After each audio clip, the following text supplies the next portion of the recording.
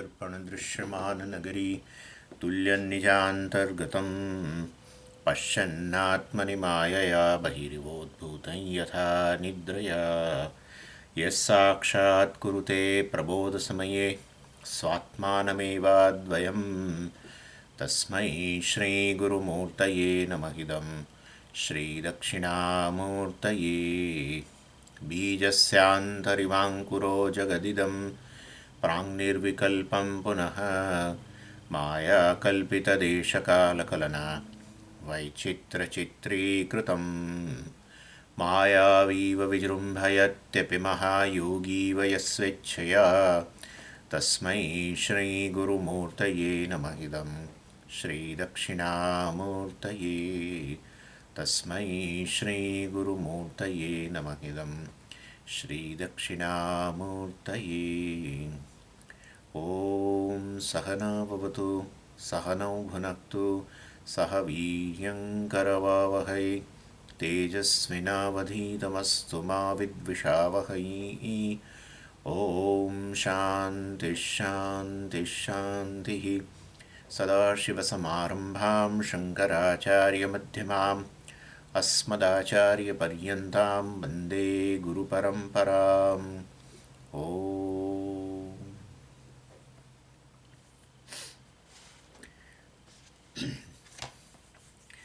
એટલે આપણે આ તૈત્તરીય ઉપનિષદની અંદર દ્વિતીય અધ્યાયનો પ્રથમ અનુવાક સત્યમ જ્ઞાનમ અનંતમ બ્રહ્મ જે છે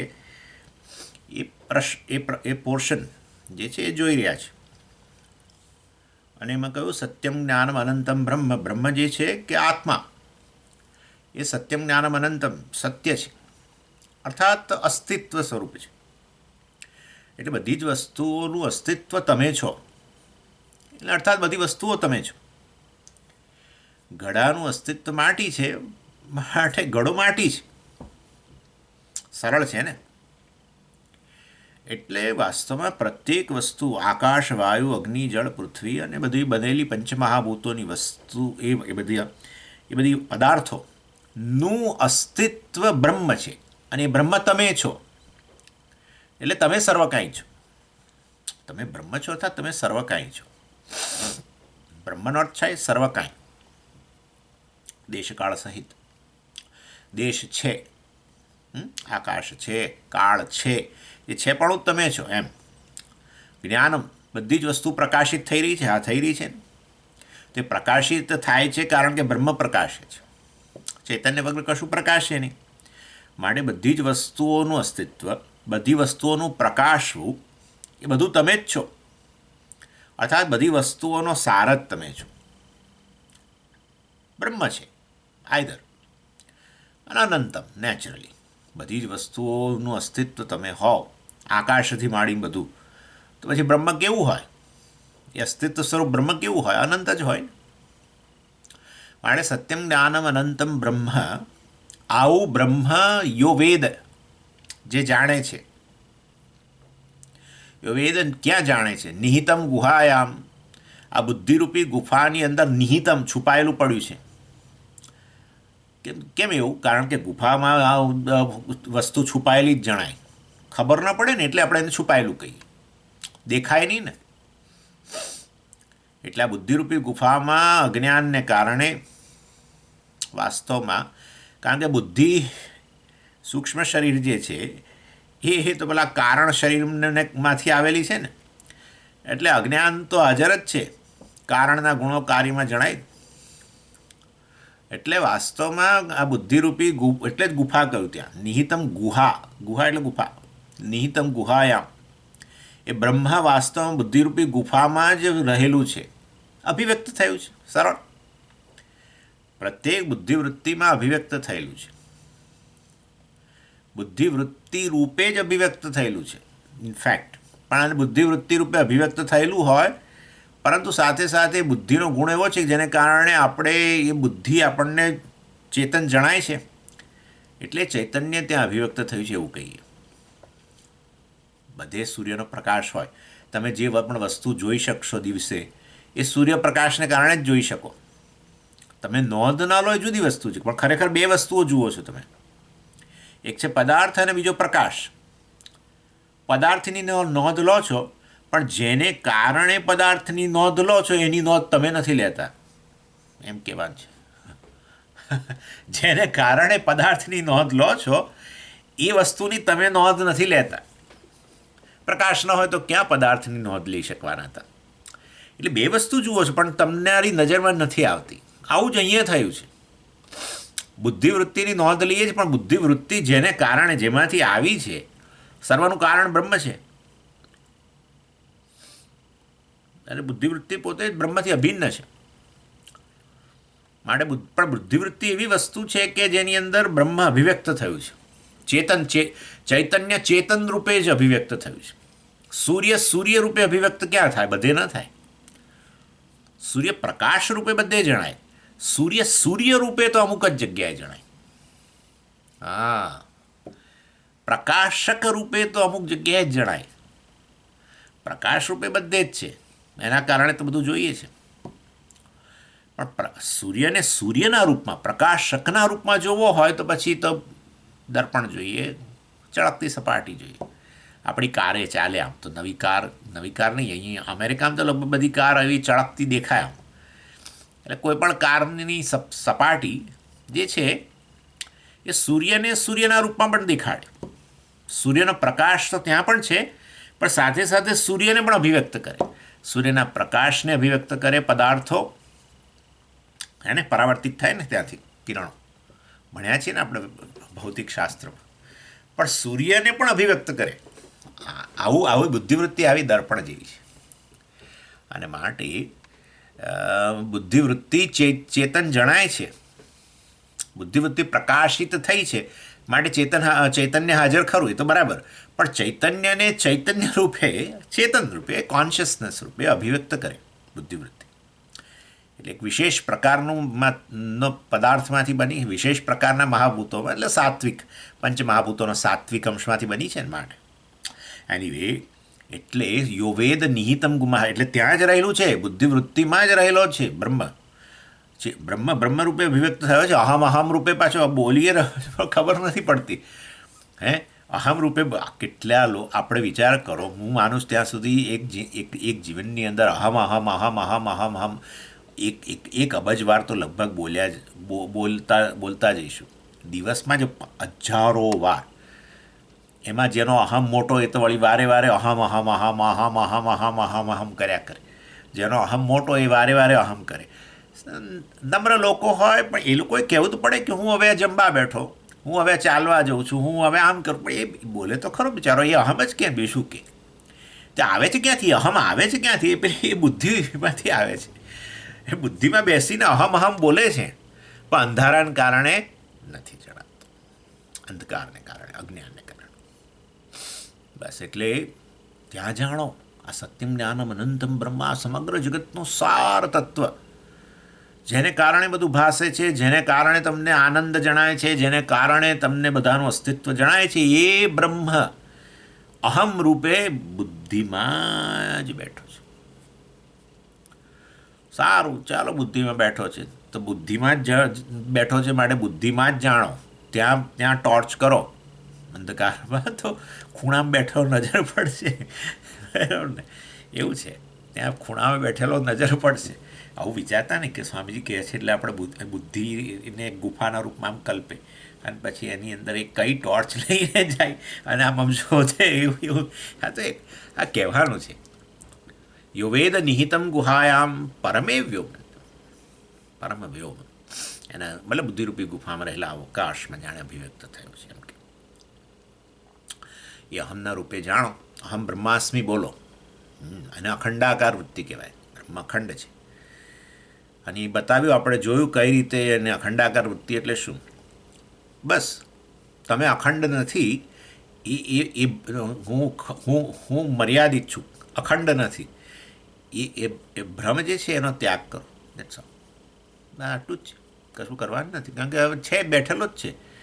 એને પ્રકાશિત કરવાની જરૂર નથી. સ્વયં પ્રકાશ છે. તો એને કારણે તો આખી બુદ્ધિવૃત્તિ પ્રકાશે છે. એના કારણે જગત પ્રકાશે છે, બધું પ્રકાશે છે ને એના કારણે. એને વળી કયું પ્રકાશિત કરે? જેમ સૂર્યથી બધું પ્રકાશિત થતું હતું, એને વળી કયા ટોર્ચથી તમે પ્રકાશિત કરો? એટલે તમે વાસ્તવની અંદર સૂર્યને આ લખોટી જેટલો ના જાણો, બસ એ પેલા રૂપિયાના સિક્કા જેટલો પેલામાં જોઈને પાણીના જોઈને કહો કે હા સૂર્ય તો 1 રૂપિયાના સિક્કા જેવો છે. ના ભાઈ, એ પ્રતિબિંબ અને આ પાણી ને બધું જે પ્રકાશી રહ્યું છે પેલા ઓરિજિનલ સૂર્યને કારણે, બિંબને કારણે પ્રકાશી છે. એની કહેવાનો આશય એવો છે, અર્થાત અખંડાકાર વૃત્તિ એટલે હું પ્રમાતા છું, પ્રમેય મારા કરતાં જુદું છે, પ્રમાણ આ બધા જ્ઞાન ઇન્દ્રિયો વગેરે પ્રમાણ છે, આ બધા જ્ઞાનના સાધનો છે, અને આ પ્રમેય જગત છે, અને હું કેવળ પ્રમાતા છું. આ ખંડને તમે આ ખંડ જે છે એ અજ્ઞાનમાંથી ઉત્પન્ન થયું છે, આ દ્વૈત. બસ એ અજ્ઞાન દૂર કરો કે હું અખંડ છું. પણ હું અખંડ છું કેવી રીતે થાય? હું તો પ્રમાતા છું. નહીં, પ્રમાતા તમે છો, પ્રમાણ તમે છો, પ્રમેય તમે છો. કારણ કે ચૈતન્યથી અન્ય કશું છે નહીં. એ તો આગળ બતાવવાના છે, ભાઈ આ શરૂ થશે. તસ્માદવા એ તસ્માદ આત્મના આકાશ સંભૂત, એ બ્રહ્મમાંથી જ આકાશ, વાયુ, અગ્નિ, જળ, પૃથ્વી અને બધા જ મહાભૂતો આવે, માટે બધું જ બ્રહ્મ છે. જો બધું બ્રહ્મ હોય તો પ્રમેય જગત બ્રહ્મ છે, પ્રમાણ ઇન્દ્રિયો બ્રહ્મ છે, પ્રમાતા બ્રહ્મ છે. ઓ એટલે હું ખાલી પ્રમાતા નથી, હું બ્રહ્મ છું. એટલે પ્રમાતા, પ્રમાણ, પ્રમેય બધું હું જ છું. હા, આનું નામ અખંડ. ખંડ ગયો એટલે અજ્ઞાનમાંથી જન્મેલા ખંડ કે દ્વૈતનો ત્યાગ કરવો, એનું નામ અખંડાકાર વૃત્તિ. That's all. એટલે હું બ્રહ્મ છું, જે કાંઈ છું હું છું, એને અખંડાકાર વૃત્તિ કહેવાય. લોકો અખંડાકાર વૃત્તિ એટલે એમ વિચારે છે કે વૃત્તિ એ વૃત્તિ છે. વૃત્તિનો વિષય અખંડ ન બની શકે. સમજવાનું છે આ વસ્તુ. અખંડ વસ્તુ એટલે અનંત બની ગઈ. તમે આના આકારની વૃત્તિ ઉત્પન્ન થાય તો એ ડેફિનેટલી મર્યાદિત હોય કે ન હોય વૃત્તિ, તો પછી આના આકારની વૃત્તિ ના હોય વખતે, પછી આના આકારની વૃત્તિ ઉત્પન્ન થાય તો આના ના હોય, તો આ તો ખંડ થઈ ગયા.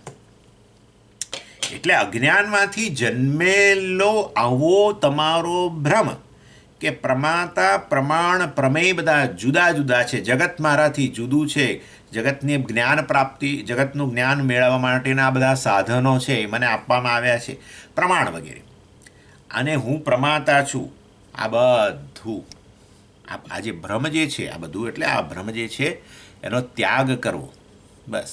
એટલે આ જે છે જ્ઞાન વાસ્તવની અંદર, સ્વામીજી આ પ્રમાણ છે, શાસ્ત્ર પ્રમાણ છે, તો એ જ્ઞાનવૃત્તિ ઉત્પન્ન કરે ને, જ્ઞાનવૃત્તિ ઉત્પન્ન કરે. હા, એટલે જ્ઞાનવૃત્તિ કયા રૂપમાં ઉત્પન્ન કરે કે તમે બ્રહ્મ છો એમ કે, તો હું બ્રહ્મ છું તો પછી બ્રહ્મ તો અનંત છે, એટલે વૃત્તિ અનંત, વૃત્તિનો વિષય અનંત બને એ નહીં. વૃત્તિ જે છે આ જ્ઞાન વૃત્તિ દ્વારા અજ્ઞાનની નિવૃત્તિ થાય કે હું ખંડવાળો છું. સમજ્યા? એટલે અખંડાકાર વૃત્તિ. વેદ જે જાણે છે બુદ્ધિરૂપી ગુફામાં કે હું પ્રમાતા, પ્રમાણ, પ્રમેય સર્વ કંઈ હું જ છું, એ તો મિથ્યા છે ખરેખર. મારા દેખાવ છે બધા, મારામાંથી આવેલી વસ્તુ મારો દેખાવ જ હોય. જે પણ ઉપાદાન કારણમાંથી જે પણ વસ્તુ બને એ ઉપાદાન કારણનો દેખાવ હોય, સાચું હોય જ નહીં. જો એ ઉપાદાન કારણમાં પરિણામ પામ્યા, ઉપાદાન કારણ એવું હોય કે જેમાં કોઈ પરિણામ ન પામતું હોય ને છતાં જુદા જુદા રૂપમાં દેખાતું હોય, તો પછી એનો દેખાવ જ કહેવાય ને. એ દ્રષ્ટિએ આપણે તો અને પણ માટી હોય કે બધાને આપણે વિવર્ત ઉપાદાન કારણ જ કહીએ છીએ ને. વિવર્ત એટલે દેખાવ. બધો મારો દેખાવ છે, એ મારાથી અભિન્ન છે, એ પણ ખરું, એટલું જ સાચું. મારો દેખાવ મારાથી અભિન્ન હોય એવું જ હોય ને. કોઈ પણ એક્ટરનો દેખાવ ફિલ્મની અંદર એનાથી અભિન્ન ના હોય.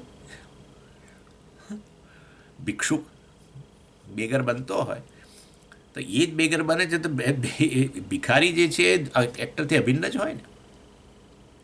આ બધા વેદાંતના પાયાના સિદ્ધાંતો છે, અને ભૂલવું એ પાપ કર્મ છે. લિટરલી આ બધી વસ્તુ ભૂલી જઈએ તો ઈશ્વરને પ્રાર્થનાની બહુ જરૂર છે. કારણ કે આ બધા પાયાના સિદ્ધાંતોને યાદ રાખ્યા વગર વેદાંતમાં કંઈ બહુ પ્રવેશ ન થાય. એક સાંભળીએ બધું જુદું, એ જુદી વસ્તુ છે, પણ બહુ ઝાઝો પ્રવેશ ન થાય એની અંદર, કશું માણી ન શકીએ. આ પાયાના સિદ્ધાંતોને યાદ રાખવા માટે ઈશ્વરને પ્રાર્થના કરવી જોઈએ.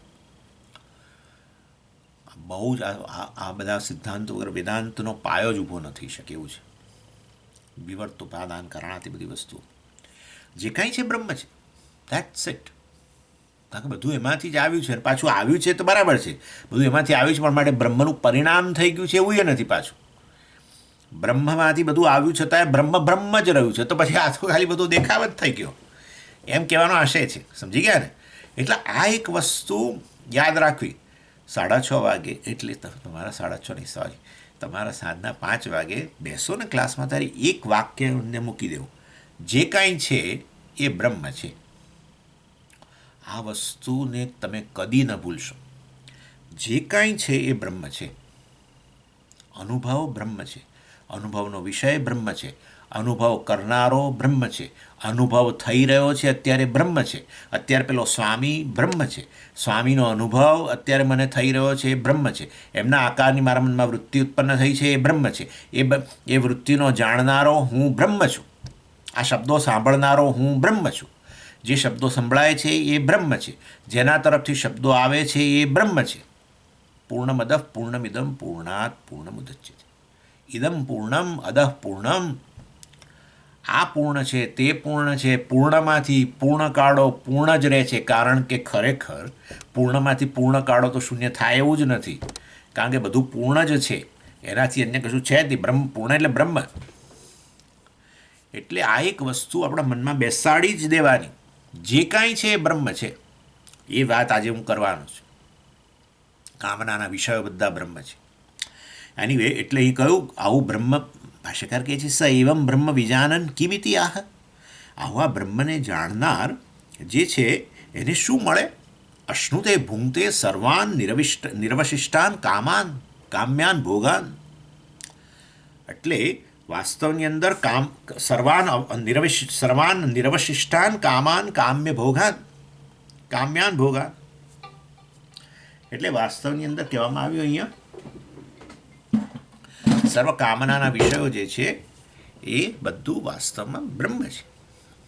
કામનાના વિષયો સર્વ એક સાથે પ્રાપ્ત થાય જ. પણ બધાય આજે ઈચ્છા એ કરશે એ એને પ્રાપ્ત છે. આવતીકાલે કદાચ બીજા વિષયોની ઈચ્છા કરશે, એને ખબર પડે કે આવા આવા વિષયો છે તો એની એ કામના કરશે, એ એને પ્રાપ્ત છે. ભૂતકાળના પ્રાપ્ત છે, પ્રાપ્ત હતા, પ્રાપ્ત છે, અને અત્યારના પ્રાપ્ત છે. ભવિષ્યમાં જે છે એ પ્રાપ્ત થાય છે. અને તમને જે કામનાના વિષયો જેમાંથી આનંદ આવે છે એ મને પ્રાપ્ત છે. અને ફલાણાને સિંહને જે કામનાના એના વિષયો છે એ જે ભોગવે છે એ મને પ્રાપ્ત છે. હવે સમજાય? હા, કારણ કે બધું બ્રહ્મ હોય તો નિરવશિષ્ટાન. અવશિષ્ટ એટલે કશું બાકી રહેવું. નિરવશિષ્ટાન કશું બાકી નથી રહેતું. બધું એક સાથે એ બહુ મોટી વસ્તુ છે. એક સાથે. એટલે એ વાસ્તવની અંદર, એટલે આચાર્યએ કહ્યું કિમ અસ્મદાદિવત પુત્ર સ્વર્ગાદિ પર્યાયણ. શું પેલો સંસારી વ્યક્તિ ભોગવે છે એ પર્યાયણ, વન બાય વન, એક પછી એક ભોગવે, એક પછી એક વસ્તુ. અસ્મદાદિવત આપણા જેવો સંસારી, એમ બિચારા આચાર્ય કહે છે. વિચારો તમે, અસ્મદાદિવત આપણા જેવા સામાન્ય લોકો જે ભોગવે એક પછી એક વિષયો. હમણાં મ્યુઝિક, પછી જમવાનું, ઘણી વાર જમ્યા પછી મ્યુઝિક હોય છે, જે હોય તે. ચાલો ને, પહેલાં મ્યુઝિક અને પછી જમવાનું, પછી પાછું પાન, પછી પાછું થોડું વાર રહીને આઈસ્ક્રીમ, વળી પાછું કંઈક પછી એ હોય બધા બહુ કંઈક કોર્સ ઓફ ડિનર્સ અને કોર્સ ઓફ લંચ. એ બધું પતે પછી વાતોનો પણ આનંદ, એ પણ નિંદાનો આનંદ, બધો જે કોઈકની ફોલવણી કરી ફોલવાનું એનો પણ આનંદ આવે છે. એટલે જેમાંથી જે આનંદ આવે છે એ બધું બ્રહ્મ છે. અને બ્રહ્મ તમે છો એવું એણે જાણી લીધું. સત્યમ જ્ઞાનમ અનંતમ બ્રહ્મ અહમસ્મિ. બુદ્ધિરૂપી ગુફાની અંદર અખંડાકાર વૃત્તિરૂપે એણે જાણી લીધું કે હું જ બ્રહ્મ છું, અર્થાત હું જ સર્વકાંઈ છું. તો પછી એનો અર્થ એવો તો બધા કામ્ય વિષયો પ્રાપ્ત થઈ ગયા, એક સાથે પ્રાપ્ત થઈ ગયા ને. કારણ કે જે કંઈ છે, જે પણ સુખનો અનુભવ છે એનો એકમાત્ર સાર, અંદરથી કશું કાઢો ને તમે, કેવળ બ્રહ્મ છે. સુખનો અનુભવ થાય એમાં અનુભવ કરનારો બ્રહ્મ, અનુભવનો વિષય બ્રહ્મ, અનુભવની વૃત્તિ બ્રહ્મ. કેમ કેમ કેમ કેમ વિવર્ત ઉપાદાન કારણ. કોણે કોણે કોણે કોણે કોણે આવી રહ્યું છે તસ્માત વા એ તસ્માત. હા, જે કાંઈ છે એ બ્રહ્મ છે. ના પણ અમને જગત રૂપે જોવું છે તો જે કાંઈ છે એ ઈશ્વર છે. ઓકે, વોટ ઇઝ ઈશ્વર. ના ના ના, પણ આ બધાનો સાર શું છે? નામ બ્રહ્મ છે. ના પણ આને આપણે નામરૂપને અંદર ઉમેરી દઈએ તો ઈશ્વર છે. નામરૂપને બાકાત કરીએ તો બ્રહ્મ છે. નામરૂપ સહિત સગુણ બ્રહ્મ, નામરૂપ રહિત નિર્ગુણ. કેમ નામરૂપ સહિત સગુણ? કારણ કે બધા ગુણોની વાત આવે તો પછી નામરૂપ જોઈશે ને. ગુણોની વાત લાવો તો પછી નામરૂપ જોઈશે. એનીવે, એટલે અસ્મદાદિવત પુત્ર સ્વર્ગાદીન પર્યાયને નૈતિ આહ ભાષ્યકાર કહે છે. બ્રહ્મણા સહ વિપશ્યતા એક્સેટ્રા કહ્યું હતું ને, એટલે આપણે આ પોર્શન શરૂ કરેલો છે એટલે હું કહું છું. સહ યુગપદ એક ક્ષણ ઉપારૂઢાનેવ સહ, એટલે વાસ્તવમાં બ્રહ્મણા સહ એટલે બ્રહ્મ સહિત, યુગપદ એટલે એક સાથે, મતલબ એટલે પર્યાયણ મીન્સ ક્રમેણ, એક પછી એક, અને યુગપદ એટલે એક સાથે. સમજી ગયા? બે જુદા શબ્દો થઈ ગયા ને. પર્યાયણ એટલે સિક્વન્શિયલી, એક પછી એક. જે સંસારી લોકો ભોગવે સુખ આનંદના વિષયો એ એક પછી એક ભોગવે ને બિચારા. અને પછી આ જે છે જ્ઞાની જે ભોગવે એક સાથે બધું ભોગવે, અને એ બ્રહ્મના રૂપમાં જ હોય. કારણ કે કોઈ પણ વસ્તુને તમે સાથે ભોગવી ન શકો. જોઈ લો, જોઈ લો. ના ના, અમે તો સ્વામીજી મ્યુઝિકે માણીએ છીએ અને સાથે જમીએ રહ્યા છીએ. પણ જ્યારે જમવાનો આનંદ લેતા હોય ત્યારે પેલું મ્યુઝિક જતું રહ્યું હોય, ત્યારે મન આની પાછળ હોય. અને તમારું મન મ્યુઝિકમાં હોય તો શું ખાધું એ તમને ખબર ન હોય. એ એવી બંને વસ્તુ છે. હા, એટલે એક જ વૃત્તિમાં સંગીત પણ એનો વિષય બને અને દાળવડા વિષય બને એવું ના હોય. એ સમજ્યા? એટલે તમે એ દાળવડા ખાતા હો પણ તમારું ધ્યાન સંગીતમાં હોય, એટલે કે તમારું મન એ તરફ હોય, તો આનો આનંદ ના હોય. કોઈ પૂછે તમને કે કેવા બન્યા છે ત્યારે વળી હા હા હા સરસ સાહેબ એવું કહે. પછી એક સાથે એક વૃત્તિનો વિષય એક જ હોય. વૃત્તિનો વિષય ક્યાં શબ્દ હોય, ક્યાં સ્પર્શ હોય, ક્યાં સ્પર્શાકાર વૃત્તિ અને શબ્દાકાર વૃત્તિ એ ભેગું ના થાય. સ્પર્શાકાર વૃત્તિ, શબ્દાકાર વૃત્તિ વગેરે વગેરે વગેરે.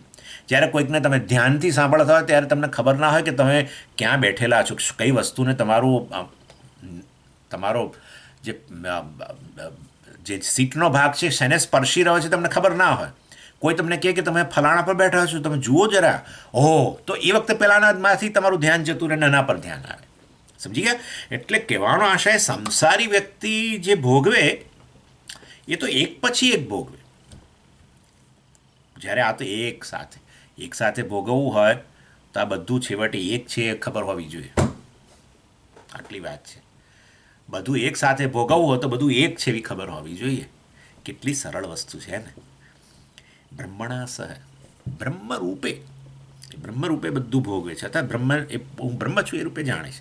હવે અહીંયા પેલા આચાર્યો કહે છે બ્રહ્મણા સહ એટલે બ્રહ્માજીની સાથે બેસીને ભોગવે છે. વિચારો તમે.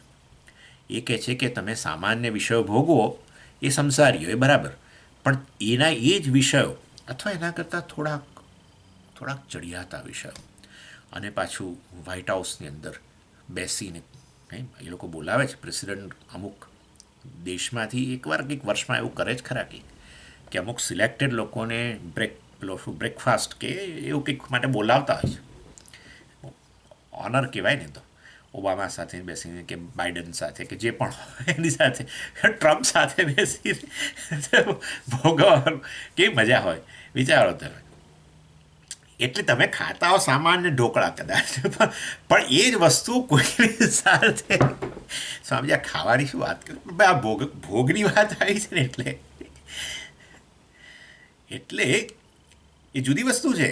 એટલે સંસારી ઘરમાં બેસીને ખાય અને એ જ સંસારી કોઈક આવી રીતે કોઈ મહાપુરુષ એટલે એ રીતે આવી રીતે વ્યક્તિ સાથે બેસીને ખાય તો એનો આનંદ જુદો જ હોય.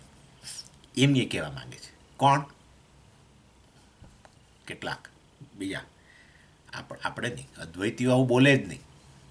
એટલે બ્રહ્મણા સહ એટલે કહે છે કે બ્રહ્મણા સહ એટલે બ્રહ્મ એટલે બ્રહ્માજી, અને સહ સાથે, બ્રહ્માજીની સાથે બેસીને બ્રહ્મલોકની અંદર, કારણ કે એણે એને ઉપાસના કરી છે ને નારાયણની, એટલે નારાયણની સાથે એને ત્યાં જમવા મળે છે, નારાયણના ડાઇનિંગ ટેબલ પર આવે છે. અને આઈએ આઈએ અંદર જાય એટલે નારાયણજી કહે છે કે આઈએ આઈએ આઈએ બેઠીએ, આઈએ બેઠીએ.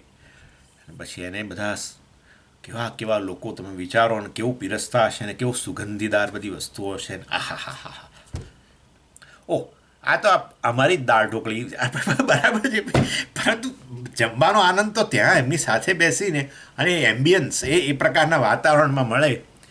હું આ મજાક કરું છું કારણ કે કોઈકે આવો અર્થ કર્યો છે, લિટરલી આ હું જોક નથી કરતો. બ્રહ્મણા સહાય એટલે બ્રહ્મલોકમાં જવું, બ્રહ્મા ઉપાસના કરો ઈશ્વરની અહીંયા, અને સાથે બ્રહ્મલોકમાં જાઓ, અને બ્રહ્મલોકમાં જઈને બ્રહ્માજીની સાથે એમના મહેલમાં બેસીને ડાઇનિંગ ટેબલ પર, મતલબ ત્યાં એમની સાથે ભોજન કરો. એ આનંદ જે છે એ પેલા સંસારીને ન મળે. સંસારી તો બિચારો અહીંયા ક્યાંક બેસીને ભોગવતો, એટલે એ કહે છે અહીંયા એ બંને વચ્ચેનો તફાવત આટલો છે એમ. વિદ્વાન એટલે આવો ઉપાસક, આવો કોઈકે અર્થ કર્યો. આ તો સંપ્રદાય જોઈએ એના માટે. જુઓ, આનું નામ સંપ્રદાય. સંપ્રદાય કહે છે આવો અર્થ ન થાય. બ્રહ્મણા સહ એટલે બ્રહ્મરૂપે. સત્યમ જ્ઞાનમ અનંતમ બ્રહ્મ કહ્યું છે કે છે જુઓ, વિચારો, આ બ્રહ્મ અનંત છે, અર્થાત જે કંઈ છે અહીંયા એ બ્રહ્મ છે. તો અર્થાત તમારા સર્વ કામનાના વિષયો બ્રહ્મ છે, તમારા સુખના વિષયો બધા બ્રહ્મ છે, અને બ્રહ્મ જ તમે છો. અર્થાત વાસ્તવમાં તમે બ્રહ્મરૂપે જ. હું આનંદ સ્વરૂપ છું, મારામાં કશું ખૂટતું જ નથી, હું પૂર્ણ છું. એમ એ જે જાણે છે એ આ બધા જ વિષયોને જાણે એક સાથે ભોગવે છે. અને વાસ્તવની અંદર પેલા એ જ વસ્તુ તમને જો ખબર હોય તો તૈત્તિરીયની અંદર આગળ આવવાની જ છે, આનંદવલ્લીની અંદર, હે ને. ત્યાં કહ્યું શ્રોત્રિયસ્ય છે અકામ હતસ્ય. એ બતાવ્યું કે આ મનુષ્ય જે સ્તરનો આનંદ પ્રાપ્ત કરે એના કરતાં પહેલાંનો આનંદ 100 ગણો, પહેલાંના કરતાં એનો આનંદ, ફલાણાનો આનંદ 100 ગણો, એના કરતાં દેવતાઓનો આનંદ 100 ગણો, ને એના કરતાં આનો આનંદ 100 ગણો. પણ દરેક વખતે આ તો કહ્યું છે કે એ જે લોકો જે સ્તરનો આનંદ, ચડિયાતો આનંદ પ્રાપ્ત કરે છે એ આ અને તો પ્રાપ્ત જ છે. કોને? શ્રોત્રિયસ્ય. શ્રોત્રિયસ્ય એટલે જેણે આ પ્રકારનું જ્ઞાન પ્રાપ્ત કરેલું છે.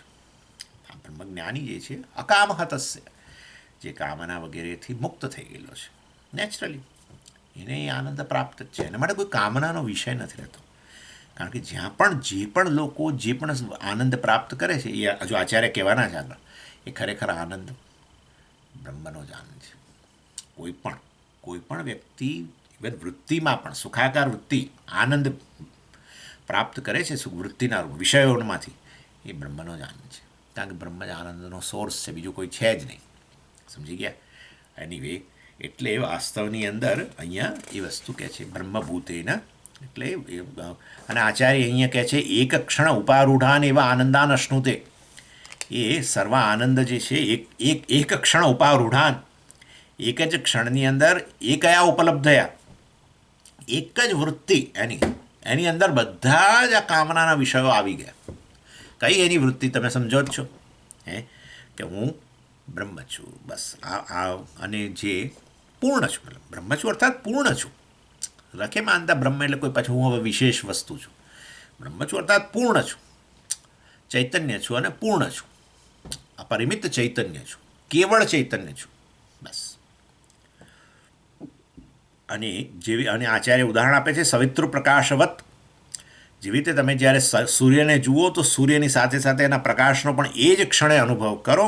એવી જ રીતે જ્યારે આ વ્યક્તિ કહે કે હું બ્રહ્મ છું, ત્યારે જાણે કે બધા જ કામનાના વિષયો એક ક્ષણની અંદર જે રહેલા છે એ બધા જ કામનાના વિષયોને એક સાથે માણે છે. કારણ કે આનંદ જે છે વાસ્તવમાં એ આ બ્રહ્મથી અભિન્ન છે. આનંદ છે, બ્રહ્મ જ આનંદ છે. એટલે વિજ્ઞાનમ આનંદમ બ્રહ્મ કહ્યું ને સત્યમ જ્ઞાનમ અનંતમ બ્રહ્મ કહ્યું ને એક જ વસ્તુ છે. અને અર્થાત હું જ આ અનંત આનંદ હું જ રહેલો છું. આનંદ એટલે પૂર્ણતા. આપણને આનંદ એટલે પેલું મનમાં પેલું સુખાકાર વૃત્તિ જન્મે, કશુંક સાંભળીને, કશુંક ખાઈને, કશુંક પીને, કશુંકનો સ્પર્શ કરીને આમ પેલી જે વૃત્તિ જન્મે એને આપણે આનંદ કહીએ છીએ. પણ એ છેવટે આનંદ આ સ્વરૂપ આનંદની અભિવ્યક્તિ છે, પણ એ પેલો પ્રતિબિંબ છે. ચાલો એ પછી વાત કરું છું. એનીવે, એટલે જે પણ આનંદનો અનુભવ કરીએ છીએ ભાઈ, જેના પણ દ્વારા, અને પેલા પણ ખરા, પેલા એટલે પેલા દેવતાઓ વગેરે, પણ એ તો વાત થઈ કે ઇન્દ્રને જે આનંદ પ્રાપ્ત થાય છે એ આનંદ ઓલરેડી અને જ્ઞાનીને પ્રાપ્ત થાય છે. એ અહીંયા પૃથ્વી પર ઝાડ પર નીચે બેસીને એને પ્રાપ્ત થાય છે. એવું કહ્યું. એકયા ઉપલબ્ધયા એવ બ્રહ્મ સ્વરૂપ અવ્યતિરિક્તયા. એક જ વૃત્તિ, ઉપલબ્ધિ એટલે એક જ વૃત્તિ, એની આ વૃત્તિ બ્રહ્માકાર વૃત્તિ. હું બ્રહ્મ છું, જેમાં કશું ખૂટતું નથી. જો કંઈક પણ તમને કંઈક ખૂટતું લાગે ને તમારામાં, તો આનંદ ન હોય. જે ક્ષણે લાગે કે મને કંઈ ખૂટતું નથી, તો શું હોય તમે જોઈ લેજો. બસ આ આવું અને પરમેનન્ટ રહે છે. કોને? જ્ઞાનીને. મારામાં કંઈ ખૂટતું નથી. આવું કદી તમને થાય તો વિચારો તમે શું થાય. તો સ્વામીજી હંમેશ માટે આનંદ જ થાય. એનો અર્થ એવું નહીં કે તમે હસ્યા કરો. હવે તમે હસ્યા કરો 24 કલાક, તો પછી અમારે કંઈક બીજું વિચારવું પડે કે ભાઈ એવા કંઈક બોલાવો, કોઈ ડૉક્ટરને બોલાવો. હસ્યા કરો એવું નહીં, પણ તમને એક પ્રસન્નતા જ રહે. તમને પ્રસન્નતા જતી રહે, કારણ કે તમને લાગે કે આ બધું બરાબર છે, પણ આ નથી સંસ્કૃતનું જ્ઞાન નથી, ફલાણું નથી. આપણા લોકોને બધાને ચાલે છે ને બધું, ફલાણું નથી. અરે બધું સારું છે, પણ તબિયત સારી નથી રહેતી. સમથિંગ આવું થાય. આ બધામાંથી મુક્ત થઈ ગયો. કારણ કે જે વસ્તુઓમાં જેને કારણે ઉણપ લાગતી હતી, એ વસ્તુઓ તો અનાત્મા છે એવું સમજી લીધું એણે. કેવળ દેખાવ છે, મારો જ દેખાવ છે. હું તો વળી એ દેખાવને હું માનતો હતો. જેમ પેલી વ્યક્તિ પેલા જે દેખાવ એનો હતો, ભિક્ષુકનો દેખાવ, એ ભિક્ષુકને અહમ કહેવા લાગ્યો. અરે ભાઈ, તું ના કહીશ, તું તો પ્રતીક્ષા બંગલામાં રહું છું, 18 કરોડનો બંગલો જ તારો, હે, તારી પાસે શું ધન નથી. હા, એટલે જે તમે નથી એ વસ્તુ તમે કહો, એને તમે તમારી કહો, અથવા તમે અહમના રૂપમાં કહો, તો પછી ગડબડ થાય જ ને. આવું થઈ ગયું છે. એટલે અધ્યાસ, એરર કહ્યું. એટલે વાસ્તવમાં અનાત્મા તો છે જ ઊણો. દેશકાળ બધી રીતે ઊણો જ છે ને. શરીર ઊણું જ છે, એમાં ક્યાં શંકા જ છે. અને આ આપણી ઇન્દ્રિયો પણ ઊણી છે. ઊણી એટલે બધી અધૂરપવાળી, મર્યાદિત, મતલબ ઇન શોર્ટ. મન મર્યાદિત, મનનું જ્ઞાન મર્યાદિત, મેમરી મર્યાદિત, બધું મર્યાદિત જ છે. બધું મર્યાદિત. એટલે વાસ્તવની અંદર આ બધી જ વસ્તુઓ જે મર્યાદિત છે, જે અનાત્મા છે, કેવળ દેખાવ છે, એને અહમ કહી દો તો પછી તકલીફ થાય. એટલે આ વેદાંત ખાલી આટલું કામ કરે છે. તમે કોણ છો ખરેખર?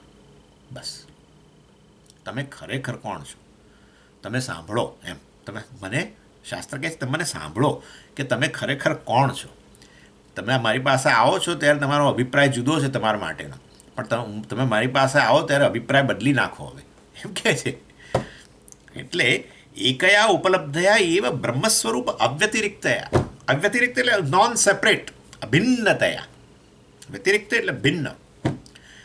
એકયા ઉપલબ્ધયા, એક જ વૃત્તિ. ઉપલબ્ધિ એટલે વૃત્તિ, એક જ વૃત્તિ, બ્રહ્માકાર વૃત્તિ, જ્ઞાન વૃત્તિ, મતલબ બ્રહ્મ સ્વરૂપ અવ્યતિરિક્ત થયા.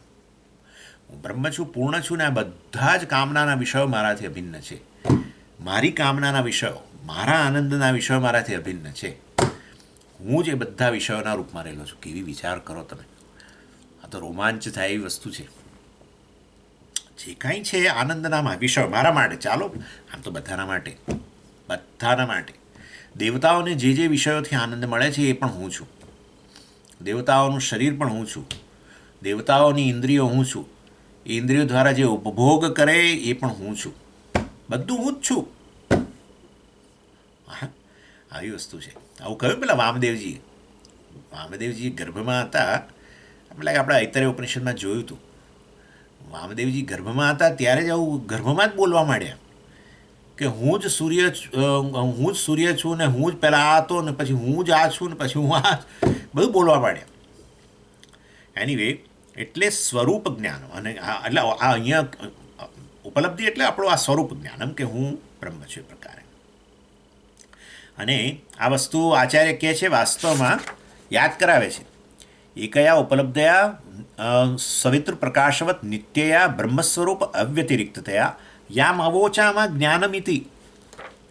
આચાર્ય કહે છે કે આ વસ્તુ મેં તમારી સાથે ચર્ચા કરી છે. અમે યામ અવોચામાં અમે તમને પહેલાં કહ્યું છે. ક્યાં કહ્યું છે? જ્ઞાનમ ઇતિ, એટલે સત્યમ જ્ઞાનમ અનંતમ બ્રહ્મમાં જ્ઞાન શબ્દની જ્યારે ચર્ચા કરી ત્યારે અમે આ વસ્તુની ચર્ચા કરેલી છે. કેવી રીતે ચર્ચા કરેલી છે? ત્યાં એવું કહ્યું હતું વાસ્તવની અંદર કે આ સમગ્ર જગતના બધા જ વિષયો જે છે, આપણા કામનાના વિષયો આવી જ ગયા અંદર, અને બીજાનાઓના કામનાના વિષયો આવી ગયા, સુખના વિષયો આવી ગયા. એ બધા વાસ્તવની અંદર એ આ બ્રહ્મથી અભિન્ન છે. કોઈ પણ વસ્તુ બ્રહ્મથી દૂર નથી, બ્રહ્મથી અન્ય નથી, બ્રહ્મ વગર નથી. સમજાય છે? બ્રહ્મથી અન્ય નથી, બ્રહ્મથી દૂર નથી, અને બ્રહ્મ વગર નથી. કોઈ પણ વસ્તુ જોઈ લો, ચૈતન્ય વગર નથી.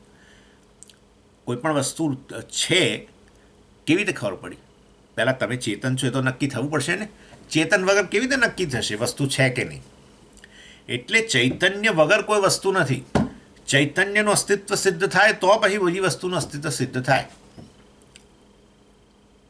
જેટલું સમજાય એટલું. સ્વામીજી, આ બધું બહુ જરા વધારે પડતું છે. બધું બરાબર, ચિંતા ના કરો. પણ આ જીવનનું લક્ષ્ય છે. અમારા જીવનનું લક્ષ્ય આ નથી. અમારા જીવનનું લક્ષ્ય આનંદ છે. તો ભાઈ એ જ ચર્ચા ચાલે છે. સમજ્યા? આપણને સત્યમ જ્ઞાનો અનંતમમાં રસ નથી. મારા જીવનનું ધ્યેય સુખ છે.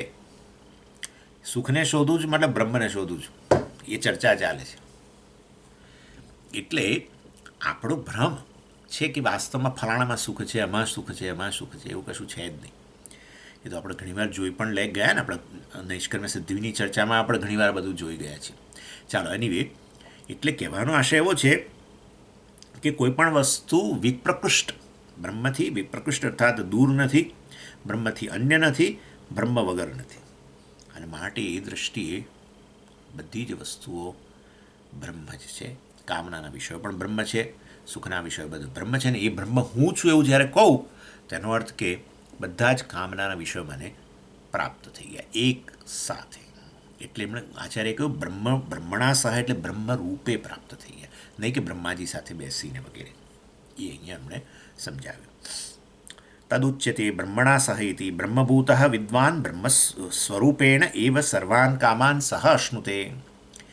એટલે બ્રહ્મણા ઇથંભૂતે તૃતીયા કહે છે એને. ઇથંભૂતે એટલે આ બ્રહ્મણા એ તૃતીયા વિભક્તિ છે.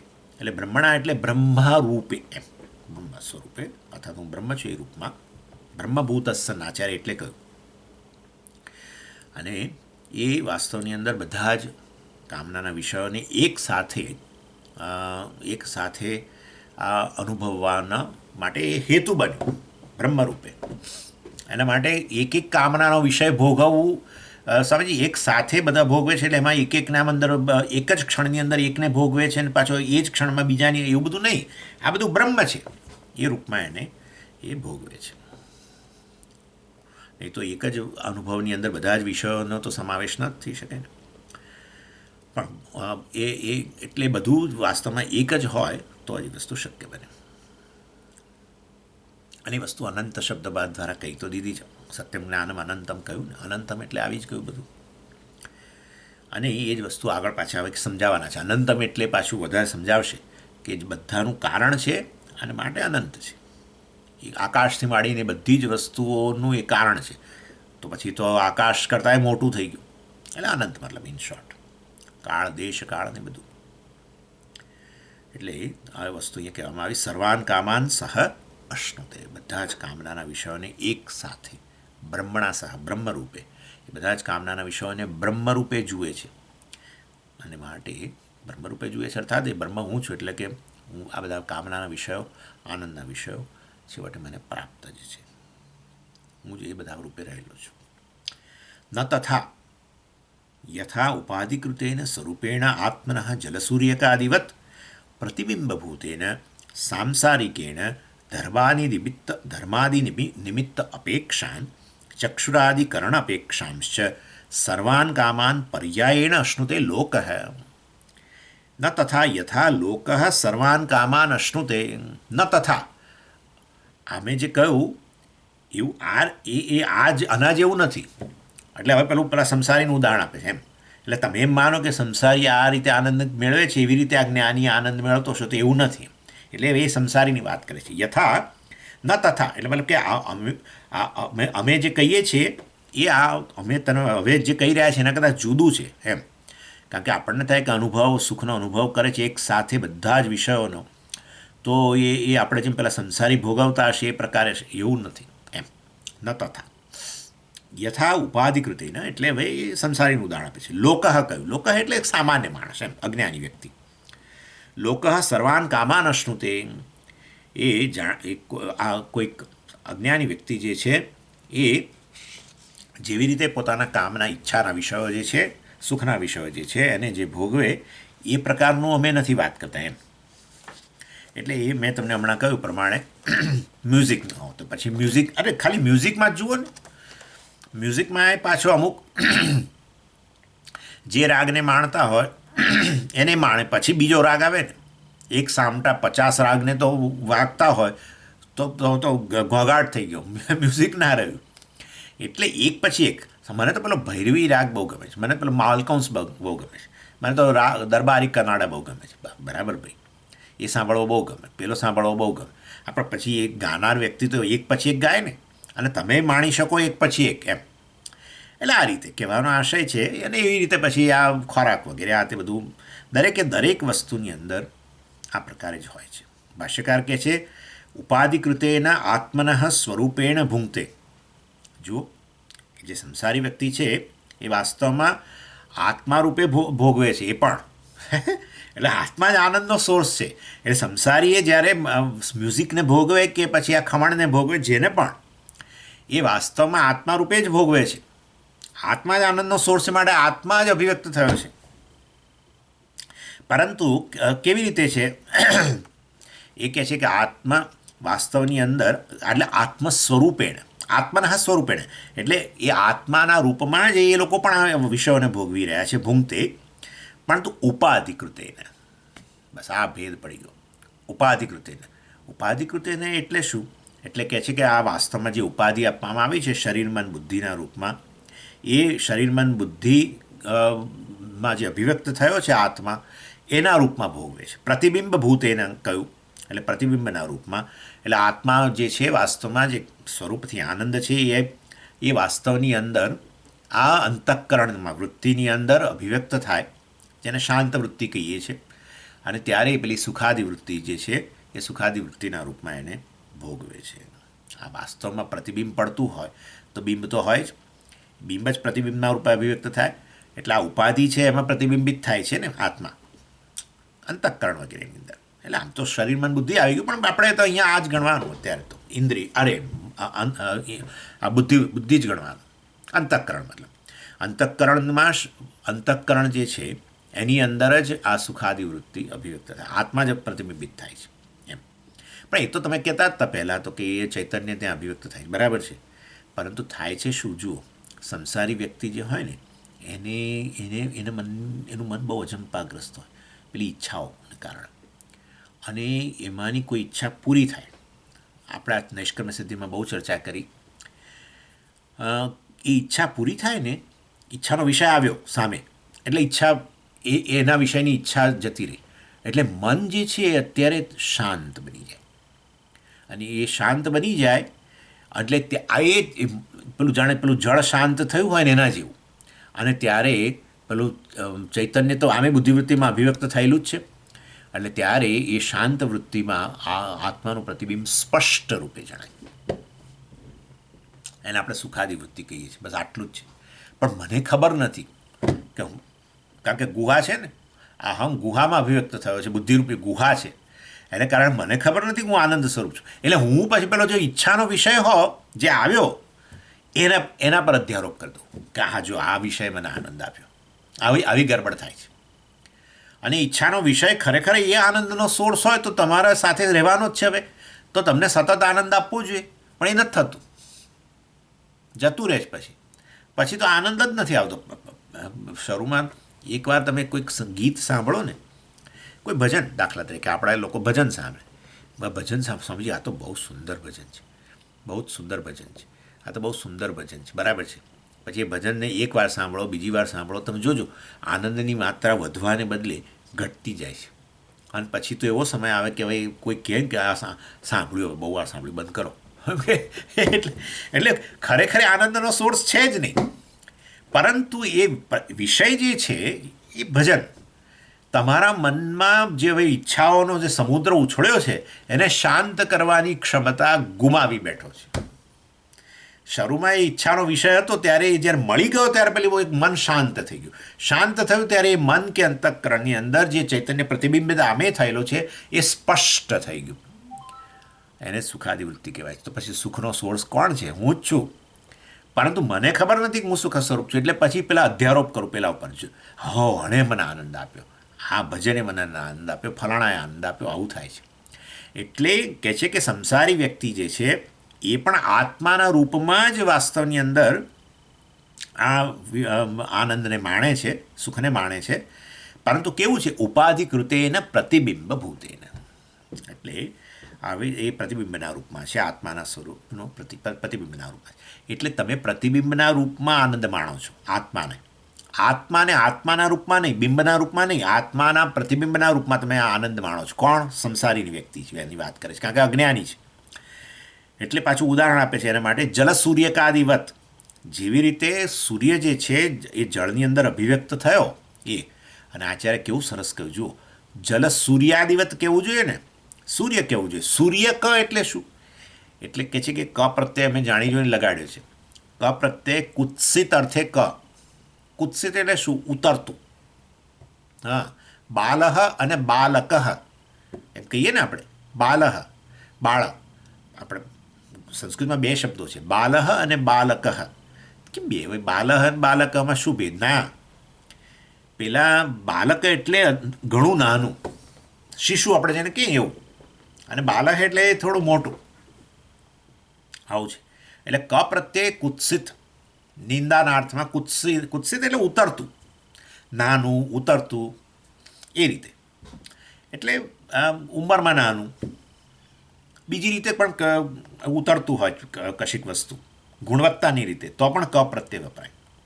ચાલો, એનીવે, એટલે અહીંયા સૂર્ય ક કયું? જલ સૂર્ય ક. નેચરલી પ્રતિબિંબ તો બિંબની સરખામણીમાં ઉતરતું જ ગણાય, કારણ કે એક ઘણું નાનું જ છે પ્રતિબિંબ, તો સૂર્યનું પ્રતિબિંબ. એટલે એ અહીંયા કહે છે એવી ને એવી રીતે, મતલબ કે એ પ્રતિબિંબ જે છે એ કેવું નાનું હોય, એવી રીતે આ અંતઃકરણમાં પ્રતિબિંબિત થાય. અંતઃકરણની શાંત વૃત્તિ, એટલે કે બીજી બધી ઈચ્છાઓ શમી ગઈ ક્ષણ માટે. ઈચ્છાનો વિષય આવે ત્યારે જ મન આવું શાંત બને એવું જરૂરી નથી. તમે ઈચ્છાનો વિષય ન હોય ને, અને છતાંય કોઈક વસ્તુ એવી હોય કે જે તમારું ધ્યાન તમારું મન આખું આકર્ષી જાય એના તરફ. તમારો ઈચ્છાનો વિષય ના હોય તોય થાય આવું. તો કોઈક એવું સુંદર ફૂલ જોયું, કંઈક પહાડ જોયો, કે આ સુંદર પેલું શું મેઘધનુષ્ય, બે ત્રણ ઘણી વાર મેઘધનુષ્ય એક સાથે દેખાય, આવું બધું. અથવા સુંદર એકદમ કંઈક જંગલ એકદમ નજરમાં, તમે જતા હતા ક્યાંક ને એકદમ નજરમાં આવી ગયું. તમે કંઈ એવી ઈચ્છા કરીને નીકળ્યા નહોતા જંગલ જોવાની, પણ એકદમ જ આમ નજરમાં આવી ગયું. આ કોઈ સુંદર પક્ષી જોઈ લીધું એકદમ, તમારે કલ્પના પણ નથી કરી. ઈચ્છા તો ક્યાં? અને ઈચ્છા તો ત્યારે હોય જ્યારે કોઈ વસ્તુનું જ્ઞાન હોય. આ તમને તો ખબર નથી કે આવું પક્ષી હોય, અને એ પક્ષી તમારા ધ્યાનમાં આવી ગયું ને તમે એકદમ જ આમ જોતા રહી ગયા. તમારું મનની અંદરથી બધી પેલી ઈચ્છાઓ હતી, ઈચ્છાઓનું જે ઘોડાપૂરું ઉમટ્યું હતું, આ કરવું છે, જો આ બાકી છે, જો પેલું મેળવવાનું, પછી આ કરવાનું છે, જો આ, અથવા તમારા વિશેની જે ઉણપ હતી બધી આમ જાણે શાંત થઈ ગઈ. આપણને લાગે પેલે પક્ષી આનંદ આપે, એ તો નિમિત્ત જ બન્યું. પેલું જે શાંત બન્યું ને અંતઃકરણ, ત્યારે અંતઃકરણમાં જ આત્મા તો પ્રતિબિંબિત થઈ જ રહ્યો છે, એ પ્રતિબિંબ સ્પષ્ટ થઈ ગયું. એટલે પેલું હંમેશા આ લોકો ઉદાહરણ આપે કે જળ જે હોય છે, જળની સપાટી એકદમ આવી હોય, આપણી શાંત હોય, તો પેલું તળિયું કેવું સુંદર દેખાય એનું, એવું. અને જળની સપાટી અથવા સૂર્યનું પ્રતિબિંબ દાખલા તરીકે કહો, ચાલો, સૂર્યનું પ્રતિબિંબ જળમાં પડતું હોય, પણ જળ શાંત હોય તો એકદમ સ્પષ્ટ પ્રતિબિંબ દેખાય. પણ જળ દોડાયેલું હોય અથવા જળ વિક્ષિપ્ત હોય તો એ પ્રતિબિંબ પણ કેવું વિક્ષિપ્ત જણાય ને, બસ એવું, એ રીતે. એટલે સંસારીઓ પણ આનંદ આત્માનો જ આનંદ માણે છે, પણ આવો કુત્સિત અંતઃકરણમાં આત્મા જે પ્રતિબિંબિત થાય એ રૂપમાં એ આને આનંદ માણે છે. અને જ્યારે જ્ઞાની તો કહે છે હું તો બિંબ છું, જ્ઞાની તો કહે છે હું બિંબ છું, હું અભિવ્યક્ત બન્યો છું બધી અંતઃકરણની અંદર. બધી અંતઃકરણ તો ઉપાધિ છે, દર્પણ જેવા છે, અને એમાં હું અભિવ્યક્ત થયેલો છું, અને માટે હું આનંદ સ્વરૂપ છું. અને જ્યારે આ અજ્ઞાનીઓ છે તો આ જે અંતઃકરણમાં આનંદ ઉત્પન્ન થાય વૃત્તિના રૂપમાં, ભલે ને પ્રતિબિંબ હોય, પણ તોય પ્રતિબિંબને કહેતા હોય તો આનંદ સારું. એ તો એમ કહે છે કે ના પેલો વિષય છે એણે અમને આનંદ આપ્યો એમ કહે છે, એટલે કુત્સિત જ થઈ ગયો ને. અને અહીંયા આપણે સમજવાનું છે કે આ અહીંયા તમે આ પ્રતિબિંબની બધી વાતો કરી એટલે સ્વામીજી તો પછી આ અંતઃકરણ આપણું જળ જેવું થઈ ગયું. તમે કહ્યું જલ સૂર્યકાદિવત, એટલે જળમાં પ્રતિબિંબ પડે ને પેલું એવી રીતે આપણું અંતઃકરણ પણ આવું શાંત જળ જેવું. એટલે અંતઃકરણ પણ ખરેખર આવું મીડિયમ છે, માધ્યમ છે કે જેમાં આ તો આવું ઉદાહરણ અપાય વાસ્તવની અંદર. ખાલી આપણે તો એટલું જ જાણવાનું કે આ આપણું અંતઃકરણની ઇન્દ્રિયો ને આ બધું ને બધું આખી સમગ્ર ઉપાધિ જે છે એ વાસ્તવમાં આવું કામ કરે, જાણે કે આ આત્માને અભિવ્યક્ત કરવાનું કામ કરે. એટલે સાંસારિકેણ અહીં કહ્યું જીવરૂપેણ, ઇન ધ ફોર્મ ઓફ જીવા, એટલે જીવરૂપેણ જે સંસારના ધર્મો છે વાળો જે છે એ સંસારી આવો આનંદ માણે છે. સંસારના ધર્મો એટલે શું? કર્તૃત્વ, ભોક્તૃત્વ, પોતાના ભોગતા કહે છે ને, પ્રમાતા કહે છે, કર્તા કહે છે, એ આવો કે આ અંતઃકરણમાં જે સુખાકાર વૃત્તિ જન્મી એ આનંદને જે એ લોકો ફાઇનલ એને જ આનંદ ગણે છે. એમને ખબર નથી કે એ તો કેવળ પ્રતિબિંબ છે, આત્મા જ અભિવ્યક્ત બને છે, એમને ખબર નથી. અને બીજું પણ ખરું કે બાહ્ય વિષયો વગેરે જે છે એને જવાબદાર ગણે છે સુખ માટે. ધર્માદિ નિમિત્ત અપેક્ષાન કામાન, જુઓ આચાર્ય હવે ઉમેરતા જાય છે આ બધા કે આ બધા એમને આનંદ જે પ્રાપ્ત થાય છે એના માટે શું શું જવાબદાર છે. એક તો પ્રતિબિંબના રૂપમાં છે એવું કહી દીધું, આત્માના જ પ્રતિબિંબના રૂપમાં રહેલા છે. પછી કહે છે કે એ જે આનંદ પ્રાપ્ત થાય છે એના માટે શું જવાબદાર છે? ધર્માદિ નિમિત્ત અપેક્ષાન, અપેક્ષા એટલે એને આધારિત હોવું, ધર્મ વગેરે પર આધારિત, ધર્મ વગેરે નિમિત્ત જે છે એના પર આધારિત. ધર્મ એટલે શું? પુણ્ય, પુણ્ય વગેરે નિમિત્ત હોય એના પર આધારિત છે આ બધો આનંદ. જે આવો અંતઃકરણમાં આનંદ જન્મે છે, સુખાકાર વૃત્તિ જન્મે છે, વિષયોમાંથી આનંદ આવે છે કે જે પણ પરિસ્થિતિઓમાંથી આપણને આનંદ આવે છે એ વાસ્તવની અંદર આવું પુણ્ય પર આધારિત છે. એટલે પુણ્યને કારણે તમને એવી પરિસ્થિતિ પ્રાપ્ત થાય જેમાં તમને આનંદ આવે, અનુકૂળ પરિસ્થિતિ. અને અનુકૂળ પરિસ્થિતિ આવે તો અરે પાછો આનંદ ના પણ આવે, આમ લાગે અનુકૂળ પણ તો મન આપણું અનુકૂળ ના રહે. આ પાછું એ છે. એટલે બાહ્ય અનુકૂળતા જ નહીં, મનની અનુકૂળતા જોઈએ પાછી. મન પ્રતિકૂળ હોય તો માનવું કે એ પાપનું પરિણામ છે. ચાલો, એટલે અપેક્ષા એટલે આધારિત હોવું, ભોગા એટલે એ બધા ભોગ જે છે આ બધા પુણ્ય પર આધારિત છે. પાછી બીજું પણ કહે છે ચક્ષુરાદિ કરણ અપેક્ષા, અનનેચરલી ચક્ષુ વગેરે કરણ પર પણ આધારિત છે. એટલે તમે ચક્ષુ તમારા ચક્ષુ આવું સુંદર દૃશ્ય જોઈ શકતા હોય સરસ મજાનું. અમેરિકામાં અહીંયા આ લોકો પેલું ફોલ પાનખર આવે ને, હવે આ પાનખર આવી, પહેલાં શિયાળો શરૂ થાય પહેલાં પાનખર આવે, એટલે પાનખરમાં બધા અહીંયા વૃક્ષો જે છે એના પાંદડાનો કલર બહુ સરસ થઈ જાય. પહેલાં લીલા હોય એમાંથી પહેલાં કંઈક લાલ થાય ને, લાલ એટલે પછી લાલ ચટક આવા લાલ રંગના થઈ જાય, અને એમાંથી પછી થોડા કાચા રંગના થાય ને એમાંથી પછી કંઈ પીળા થાય પછી ખરી જાય. એટલે હવે ઘણા બધા વૃક્ષો સાથે હોય, દાખલા તરીકે જંગલ હોય તો એમાં બધા એક સાથે લાલ તો ન જ થાય, થોડાક લાલ થાય, થોડાક લીલા રહે, થોડાક લાલમાંથી પાછા આછા લાલ થાય, થોડા એમાંથી પીળા થઈ ગયેલા હોય, આમ બધું મિક્સ કલર, બહુ સુંદર દ્રશ્ય દેખાય. એટલે હવે આ દ્રશ્ય જોઈને આનંદ તો આવે જ, પણ ચક્ષુ હોવા જોઈએ ને, અથવા ચક્ષુ હોય પણ ચક્ષુ નબળા હોય.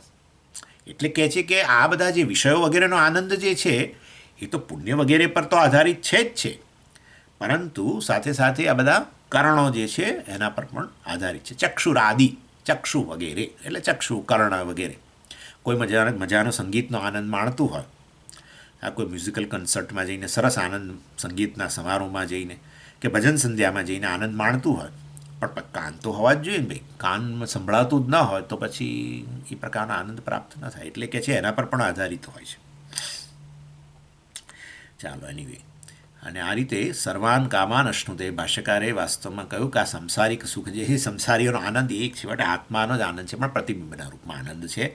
અને જે આવી વસ્તુઓ પર આધારિત છે, પુણ્ય વગેરે પર આધારિત રહે છે આવો આનંદ કે સાંસારિક સુખ, અને કરણ વગેરે પર પણ આધારિત હોય છે, મૂળ પર આધારિત હોય છે. એટલે આ બધી વસ્તુ પર આધારિત હોય છે. અને એટલા માટે તમે જુઓ, સાંસારિક સુખ ધરાવનાર વ્યક્તિઓ જે છે ને, એ ઘણીવાર આ બધી વસ્તુઓ બહુ અડચણ ઉત્પન્ન કરતી હોય છે. એટલે એ દાખલા તરીકે સમજો, એક કલ્પના કરો તમે કે બધા જ લોકો એક શો જોઈ રહ્યા છે કે જેમાં કોમેડી શો, સમજો, માનો ને બધા બેઠક રૂમમાં બેસીને ઘરના બધા જ સભ્યો એક કોમેડી શો જોઈ રહ્યા છે. અને એમાં તમે જોજો ઘણીવાર કે બધા જ ખડખડાટ હસતા હોય છે, પણ એમાં પેલી એક વ્યક્તિ છે એ નથી હસી શકતી. નહીં કે એને આ બધું સમજાય છે કે આ સરસ કોમેડી ચાલે છે, પણ એના મનની અંદર કંઈક એવી ગડમથલ શરૂ થઈ છે કે એને કારણે એ બહુ ઝાઝું નથી હસી શકતો. પેલા બધા ખડખડાટ હસે છે અને આ નથી હસી શકતો. એ પેલા લોકો કહે ખરા કે ભાઈ અત્યારે મૂડ નથી, કેમ આવું, આ કેટલું સરસ ચાલે છે. એટલે આ બધી બહુ વસ્તુ પર આધારિત હોય છે. આ સાંસારિક સુખ, જે મનમાં સુખ જન્મે, એ આવા ધર્મ પુણ્ય વગેરે પર બહુ આધારિત હોય છે, કરણની ક્ષમતા વગેરે પર આધારિત હોય છે. એટલે હંમેશા જ્યારે પહેલી વ્યક્તિ જે છે, જ્ઞાની વ્યક્તિના સુખનો આધાર કશા પર પણ નથી. પતિ જ્ઞાનીનું સુખ આત્મામાંથી જન્મે છે. આત્મા સ્વતંત્ર વસ્તુ છે. આત્માથી અન્ય હોય, એમાંથી સુખ આવતું હોય તો એના પર પરતંત્ર બનો. અનાત્મા છે આમ તો, પણ પરતંત્ર બનો તમે. એ જાણે છે હું પૂર્ણ છું. અને આ બધા લોકો જે હસી રહ્યા છે, દાખલા તરીકે જ્ઞાની ત્યાં બેઠો હોય ને, એ હસે, પણ જ્ઞાની જાણે છે કે આ બધાનો આનંદ, અને પેલા કોમેડિયન જે બધી કોમેન્ટ્રી કરે છે, એ બધાનો આનંદ છેવટે એનું સ્વરૂપ હું જ છું. સમજી ગયા તમે? આ બધામાં પ્રતિબિંબ રૂપમાં, સુખાકાર વૃત્તિના રૂપમાં હું જ જન્મેલો છું. એટલે એ વાસ્તવમાં સાંસારિક સુખ, વિષયાનંદ, મેં તમને આની વિવેક ચૂડામણીમાં ચર્ચા કરેલી છે. આપણે અનુભવમાંથી જન્મતો આનંદ અને સ્વરૂપનો આનંદમાં બહુ ભેદ છે. એટલે આનંદ જીવનનું ધ્યેય છે, પણ કયો આનંદ? તો કયો આનંદ? હવે તો વિષયોનો જ આનંદ હોય ના. તમે શેની અપેક્ષા રાખો છો? અમને તો વિષયોના આનંદની અપેક્ષા છે. તમે આ બધા આત્માના આનંદની ને બધી વાતો કરવી હોય તો કરો. તમને વિષય આનંદની અપેક્ષા નથી. સાચું કહું તમને, તમારે 24/7, 24 × 7 દિવસ આનંદમાં રહેવું છે. એવું જો રહેવું હોય તો કશા પર પણ આધારિત રહો તો નહીં થાય. હા, કશા પર આધારિત રહેશે તમારો આનંદ તો તમને 24/7 આનંદ નહીં મળે. 24 કલાક ને 7 દિવસ એ કશા પર આધારિત ના હોય એવો આનંદ જ તમે ઈચ્છી રહ્યા છો. અને એ તો કેવળ આત્મા જ છે, કારણ કે આત્મા કશા પર આધારિત નથી. આત્મા એને તમે તમારો આનંદ, તમારો સોર્સ તમે જ હોવ તો કોણ તમારો આનંદ લેવાનું છે? સમજી ગયા તમે? કોઈ ના ખૂંચવી શકે. બધા સ્વરૂપ આનંદ ઈચ્છે છે, પણ બિચારાઓને ખબર નથી કે હું સ્વરૂપથી આનંદ છું, બ્રહ્મ છું. એનીવે, આ તો બહુ ચાલે છે, બહુ. કથમ તરહી, આચાર્ય કહે છે, તો પછી કોના જેવો છે આનંદ? આવો સંસારીઓ જેવો આનંદ નથી આ જ્ઞાનીને, તો પછી કોના જેવો છે? કથમ તરહી, હાઉ ધેન? પછી કહે છે યથોક્તેન પ્રકારેણ સર્વજ્ઞેન સર્વગતેન હિ આત્મના નિત્ય બ્રહ્મ સ્વરૂપેણ ધર્માદિ નિમિત્ત અનપેક્ષાન ચક્ષુરાદિકરણ અનપેક્ષાન સર્વાન કામાન સહૈવ અશ્નુતે ઇત્યર્થ. ચાલે જોઈશું આવતી વખતે. ઓમ પૂર્ણમદ પૂર્ણમિદં પૂર્ણાત પૂર્ણમુદચ્યતે પૂર્ણસ્ય પૂર્ણમાદાય પૂર્ણમેવાવશિષ્યતે. ઓમ શાંતિ શાંતિ શાંતિ. હરિ ઓમ શ્રી ગુરુભ્યો નમઃ. હરિ ઓમ.